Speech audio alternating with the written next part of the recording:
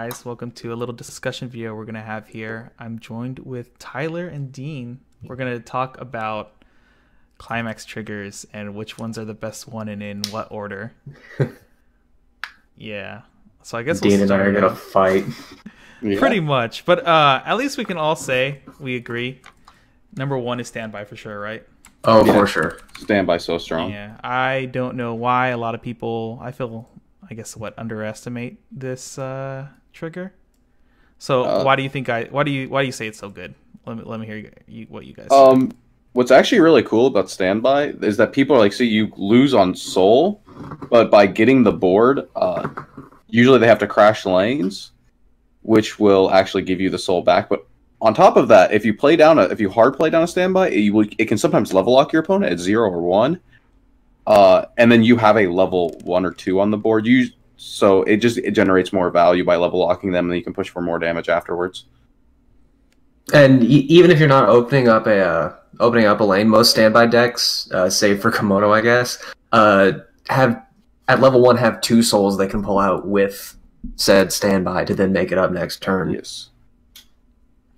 Yeah. Yes. Like Standby is such a good tempo trigger too. It's the worst Climax to play from your hand, at least. Yeah. But it's definitively the best trigger. Well, I mean, as long as if you have a combo that goes with it, some card that combos very well with it, it's not bad from playing from hand. But and even triggering it, it's like pretty decent tempo wise. Like already said, you get 2 soul beaters earlier. You get overstated characters for free that normally cost some amount of stock, right? That you would normally not play. Right. Yeah, honestly, the other big draw to the Standby is if you can have a back row support at some point in the game that you can pull with it. Yeah. That's when it becomes really good. Like SAO's Asuna or Psychono's Soul Assist. Oh yeah, for sure. Like the whole reason I think Sao Standby is so good is just because I'm able to play that Asuna support earlier, and then luckily you have a level 1 and 2 game that actually somewhat combo with each other very well. So if your opponent totally destroys your board, you still get a plus all 3 characters back. Standby makes it to where Sao can run switch and not run yellow, and I think that's absurd. Yeah. Wow. Yeah. Is there anything else really to say about Standby? I mean, I guess there could be an asterisk next to Standby stating that, you know, if you have absolute garbage in your set and nothing of value, then the card becomes less and less valuable. Milky. Yeah, I guess like Milky Home Standby is pretty 80% of Komodo, I think. Yeah, Komodo's kind of rough, but I don't know. The alpaca. Now what? Yeah, I mean, like the only targets I really like, and at least in Komodo, is the Soul Support and Standby into Alpaca. It's kind of nice being able to play over cards on your turn, like that get effects when they die, and then triggering those effects. So that's worth noting as well with Standby. Because you can like lose a card on your board, like an on-death top check 4. You can actually trigger that on your turn without having the card die, without having to crash. Right. So it makes playing over things just good. Yeah. Yeah, that's one other thing I think none of us said too, is like if you crash stuff in first and then you trigger Standby, you can play over the card you crashed in. So like you can, assuming you have something bigger. Yeah, of course. But like then you can have like more walls and stuff like that. Sometimes that's a play that happens in South Standby where you'll like run in a weenie and then you'll hit Standby and you'll just pull out a 2/2 Elizabeth and put it in the front row, because at that point it's a 10-5 wall and you just have like 2k counters in hand. So just value. Yeah, Standby is just super value as long as you have good targets, and most sets that actually have Standby right now have good targets all the time. Yeah. All right, so it's also a Climax you can play at 0 without feeling bad. Yeah, for sure. All right, so I think this is the part where we all kind of, like Dean and I both have the same agreement. We think Red Gate is the second best trigger in the game, right? Yeah. I have it at 3rd. I can probably bump it up to second on this list. I don't know if you're like actually showing the list. I'm only typing the list out for what we all agree on, and I have the ones we made up on the side here. Gotcha. I'll include it later, but whatever. So gotcha. Yeah. I mean, getting cards selectively back to your hand is always good. This is why, like, was it pre-2014 or something, or around 2014 and below, your set was considered like tier 1 as long as you had 8 gates. Right. Yeah, and also back then there was like no real good climax combos, but Yeah. yeah. It's just a good trigger. I mean, there's not really much to say about it. It's like a free search. Now this is where Dean and I are just we're just gonna fight. I have wind at second instead of red gate or. Oh man. Should I start off why I have wind at second, or should we make Dean start off at why he has it last? All right, let's hear why you have it as second, or higher up than what Dean does. I also have it pretty high up, like at fourth was my initial list. So I'm assuming we're talking about like with all sets with JP, and we're not speaking about English, right? Yeah. We consider everything for fair. JP and English. So all of the big decks in JP have some form of early play that costs 2 stock. So with that, with running the wins, you can just deny them that early play without having to get like a bomb or So only over Fuka. it. So only you can't target Fuka though because of the support. Sure. So wow. Okay. Good. Wins even worse now. So but like you force them to spin that stock again, which is almost always bad for them. Yeah, I can agree with that. And you can always just, at worst case scenario, you sack a win, you open up a lane and swing for higher damage than you otherwise would have. Yeah, it's okay. So this is why I have wind as high. I have it like fourth on my list. So it adds 1 soul to your character while giving you an optional second soul for a direct attack, saving the character too if need be. But right now, at least strictly speaking in the Japanese, I'm pretty sure it's going to come around to this soon in English as well, is standby anything is kind of scary. It destroys standby. It really hurt. Like wind trigger really hurts standby. But at the same time, you need a good reason to run wind trigger. You don't really want to run wind trigger by itself with like. Here's my reason to run wind trigger: attack on Titan. Yeah, but I mean, outside of that, there's like some other okay combos with wind trigger. But yeah, if we're just strictly speaking of wind trigger itself, the only reason I can consider it so high right now is that standby is a thing, early plays are a thing.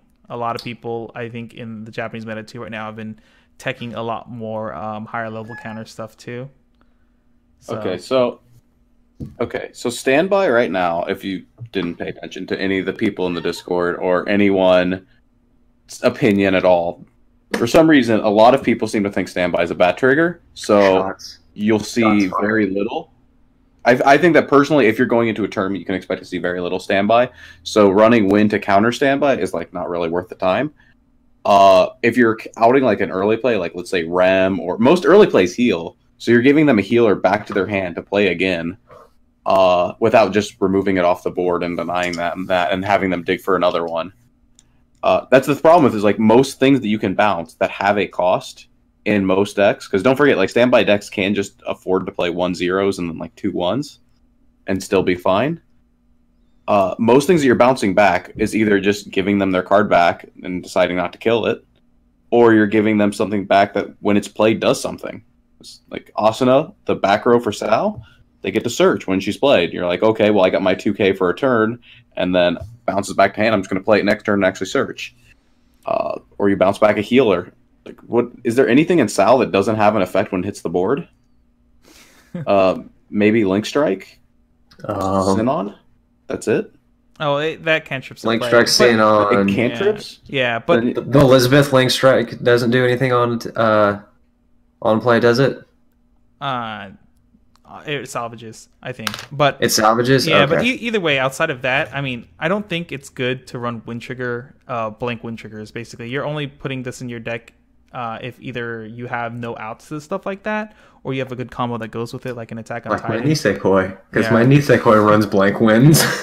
Yeah, I mean, like there are, like I'm not gonna lie, they put a lot of really strong combos on Win. I think that's because they realize it's a terrible trigger. No, I think it's such a good tempo trigger. I think triggers that give you tempo instead of like card advantage is basically better for most game plans. And it can sack you. It can sack you a win. Yeah, and I mean, even though you do give them their card back, if the card costs a lot, it's just like multiple turns of them wasting stock. Because generally, if you're going to commit to stock at level 2 for an oversized character, it better do something really good on play, or it better last multiple turns. You know? Right, and is 2 heals at level 2 really worth not having your end game because you had to eat all of your stock early? Well, the sets that I'm thinking of when they play those early play heals, they generally they don't even really have an end game. Like, what does ReZero do at the end of a game? It heals more. It just doesn't die. Yeah, well, I mean, those decks too have actually no end game because they don't have anything printed really. But no, you're playing Rim Ram. Yeah. All right, well, Dean, did we make you budge at all on where you have Winter? Let me see. You had it like almost last. I still think it's at the bottom, Mike, because like I said, like standby decks. I've thought about playing standby Sal with like the 1-0 like wall that has like 6/5. Like, there's a lot of good options for standby decks that don't actually play caustic cards. And then if you're playing like Kimono, you have Alpaca, and you're just slamming. You get the stock back anyway. Like, it's not really that minus. Okay. Like, I guess, like, against random decks, yeah. Like, against random decks, you're going to be playing wins, and you're going to trigger one, and they're just going to, like, cry. All right. Do you think we can all agree that Wind Trigger's at least 5th best trigger in the game? 5th? No, that involves moving some other stuff. I'll settle on 6th. We can move 2 soul below it. Oh, man. Dean's just on something. All right. We're going to leave Wind Trigger on the side here. And then we'll put it in. We'll put it in later once we kind of all agree at least. All right. So let me see here. All right. So the difference here on 3rd for me, I was the only one that put this here. I put the Blue Gate, the comeback for Climax, as my 3rd, just because it does 2 things. It gives you more turns to deal more damage and also get your Climax combo off. So like I said, like I very much value Climaxes that generate tempo more than anything. So I feel like Blue Gate is like fairly strong. It's not always gonna be super beneficial, but it's like good enough than everything else right now. That's fair. I like that the Blue Gate has the soul trigger, whereas the Red Gate doesn't, because it does let you push for that more damage, which is one of the few reasons I don't like doors, but I still like doors, because well, any of the climaxes that don't have soul triggers, I like a little bit less than I would if they had one.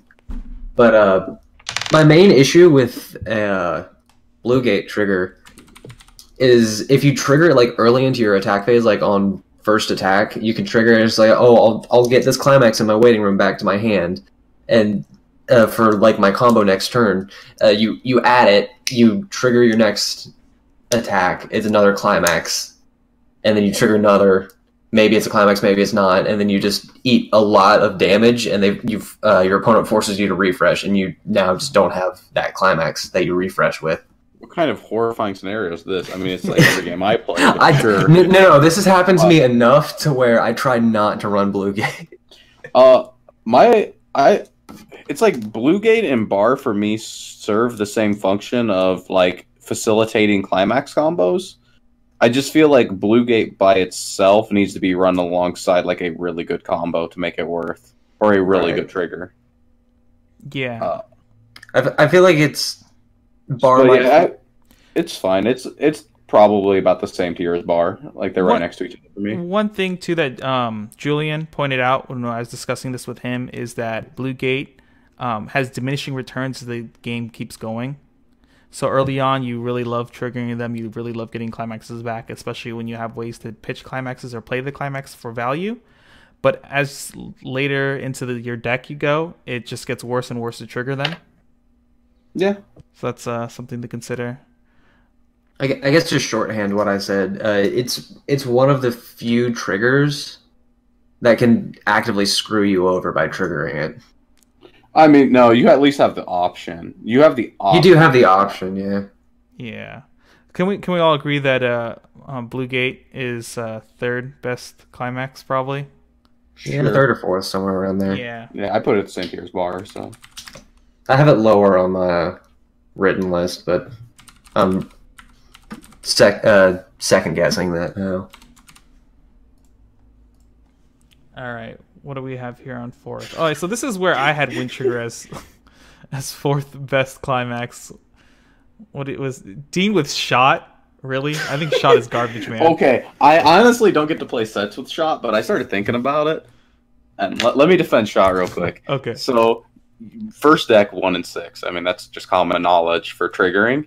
So, it's not like wise to think about climaxes on your first deck, like what they're going to do. Think about climaxes on your second and third deck. When your opponent's compressed, you're pushing for game, you trigger a Shot, suddenly you're swinging for 4 because then you have a climax combo on your level 3s, and then you just get a free burn 1. What's not to like about that? All right. Why is Shot considered bad? This is a scenario. It's like the opposite of what you were saying with the Blue Gate. It's worse early on, but it's better later. Yeah, but no, actually, I have horror stories about Shot that makes it really bad late. Also, is it as bad as my horror story with Blue Gate? Maybe. So let me tell you about not Wind Trigger. I wish.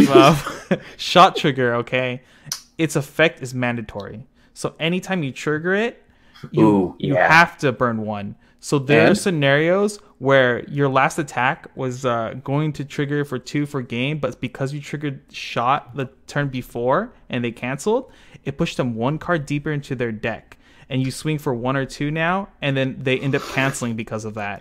No. So here's what you do: you side, making sure you hit for 0, even if that's extra soul, and then the Shot goes on to your next character. I mean, isn't that like? I guess you should like maybe try to account for that when attacking. Account for randomly triggering Shot. Yeah, can you unless you're running let like me move these climaxes down a little bit and erase the Shot trigger. We're good. I don't know. I think Shot is like the most double-edged sword. Yeah. I see it, but like, what about burn 1s? I mean, you can't be like, wow, Makata's bad because she like you can moves choose it. You can choose not to burn 1. There are scenarios where, like, when I played Nisekoi when it was unbanned, where I would swing with Maria is that Maria? I want to say Marika. Marika. There we go, Marika, and choose not to burn because my swing for 2 would kill them. But if I burn them for 1, the only time this is good is if the climax is on top of their deck. That's the only scenario it's good. Yeah, I mean. Yeah. Sure. I don't know. Once again, just side for 0. Side for 0. Got him. All right. Side for 0, trigger Shot. The Shot goes on to your next attack. It seems like a random finisher. I guess it can be moved down a little bit, but I don't know if it's the worst. It might be. I think that your horror stories are just kind of like what's the word? Yeah, they're just like horror stories. Just outliers. Yeah. All right. I think it has the coolest artwork. Sure. So I think we can agree, though. All of us can agree that 4th is probably Gold Bar. Yeah, Gold Bar's good. Yeah. I really like Gold Until Bar, you play 8. but I can't put it like top.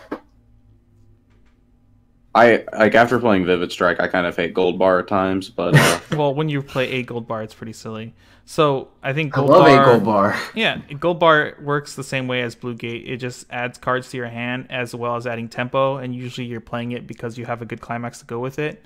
And statistically speaking, that blind stock is not going to be a climax. So you're getting a plus and not losing out on stock. Or so you say. But yeah. Yeah. But Bag's better. Why is Bag better? Bag doesn't get you cards in hand, so I actually can't say that Bag is better. The only reason I think Blue Gate's better is because of the selectivity and the fact that you can always choose not to do it, whereas Gold Bar has to go to your hand.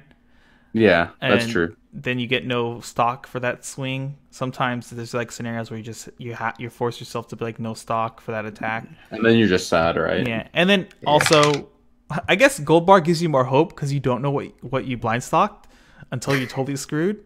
Whereas Blue Gate, you're screwed because this is why you run 8 Gold Bar, and then you've either got that that Brainstormer from Vivid Strike, or you just run 4 Drop Searchers, so you can just continuously look at your deck. Oh God! Yeah, I feel like the card that lets you like filter with Vivid Strike is just like a double-edged sword, because when you start triggering Gold Bars is usually when you're compressed, and by the time you're compressed, the last thing you want to do is like dig 3 cards deep because you triggered one.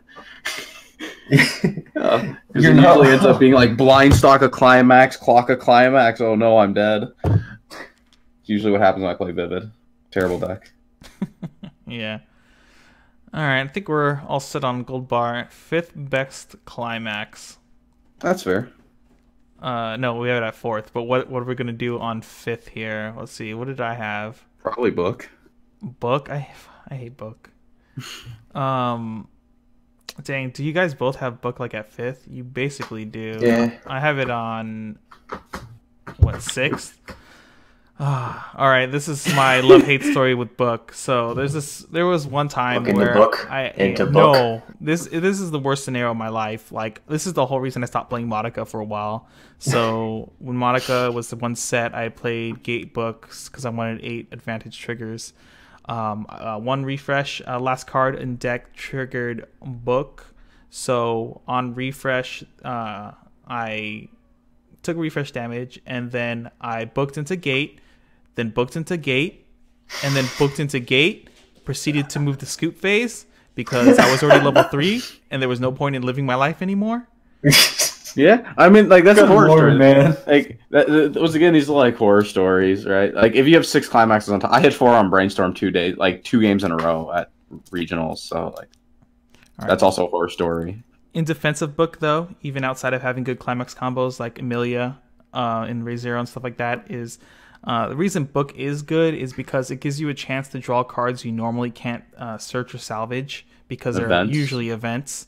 So decks that have really, really good events that you run multiple of, Book gives you that higher chance to draw. It was one of the reasons I did run Books. Like another Book. Yeah. Oh, yeah. The reason I ran Books and Monica originally was because I wanted to have a higher chance of drawing Saiga's Wish. So... I mean, that's one of the reasons you would run Book, even that's if a very good combo. reason. Yeah. And just, like, getting cards in hand is, like, that's pretty much, like, the entire point of this game is that can save you, like, clocking yourself later by having just, like, triggered a Book. Yeah. So what, Book 5th place here? Yeah. Yeah. All right. On to 6th. All right, this is where I had... Well, all right. Wind Trigger has to at least... Wait. Wind Trigger has to be better than Book. There's no way. Yes. Bag is so much better than Oh, Wind God, Trigger. we're done. Bag is so bad. Explain to me... Okay. Explain to me why Bag is bad. Because you have to dig 2 to get that blind stock out if you know it's a Climax. Or if you're fearing that it's a Climax because the odds were in your favor. The Bag is optional. 1. Fair enough. Then why are we even running the trigger? Because your first deck is 1 and 6. You trigger a Bag, you just assume it's clean. Because play Bushiroad decided to print the Hanakawa clone and Afterglow on a bag. And you That's play why stuff, I'm running it. And you play stuff like Drop Searchers with Bags or like Bonders, and you just get like it's basically functions as a gate, or it's like a free Brainstorm. Like you basically attack, and then you get the free stock, and then you assume the 1 is clean, and then you Brainstorm. So now that what happens whenever I don't have a stock out? No, now that they start printing the double trigger effects now, in those decks, I'm okay with gold bag because you trigger gold bag and then you can pay 1 to pay it out to double trigger with your next card. Oh yeah, that's always fun. I think like on attack fine. combos, it works with on attack combos too. The few times Twin Drive is actually good in Weiss. Yeah. All right, I just like the value of it. I just like having stock. Because stock leads to compression, which leads to canceling damage. Is it compression if it's a Climax though? It's not favored to be a Climax. It's like you said with Gold Bar, you're favored to have it be clean. Yeah. Man. But it forces you to pay it out, which is why I don't like it as much as Gold Bar. You have to pay out every other thing except for a Gold Bar. All right. We're going to put Wind as 6. Screw you guys. Okay. Can we all agree on that at least? Sure. I'm moving back up to number 1. All right. What is after Wind? It can't be Bag. We're not doing Bag. Is this Jesus Christ. Really? Double Soul? I mean, like, Double Soul when you, like, swing for a bunch every attack, and then you cry because they cancel on the last hit. Double Soul is great whenever you run 8 Double Souls. and you just trigger them all the time. And I your mean, if you want to be a damage. sack, yeah. I mean, but you're never going to Coming from the Disgaea player. I know Disgaea is a bad set though. I'm not. Look, here's my defense for Two Soul being in 7th place. All right, over Bag.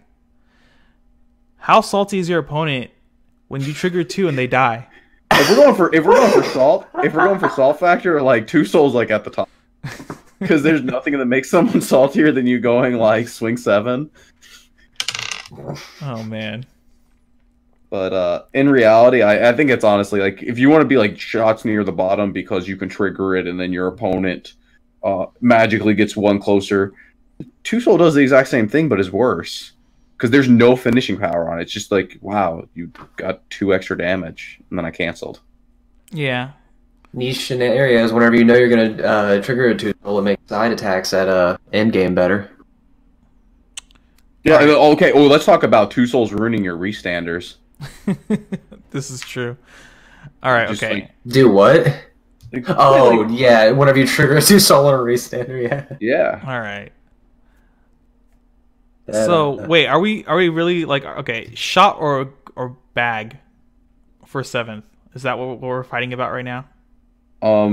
Shot is not. I had shot so high, so I have to say shot's better than bag. But shot man, bag is so much value. I feel like shot is better than bag. God, I don't understand why bag is so hated on. Wait, Tyler, where do you have shot at? Do you think shot's better than bag at least? Shot's definitely better than bag. All right, we're good. All right, so then 8th place is bag for all the horrible reasons. Oops. And then 9th is Two Soul. Sure, yeah. Yeah. Two Soul's pretty terrible. Standalone Two Soul's pretty bad. Yeah, unfortunately, it's on a decent Climax stock Soul. Has a Two Soul trigger on it. Yeah. 2K1s. There's a lot of good Climax effects for being played, but they're tied to like the worst triggers. Yeah.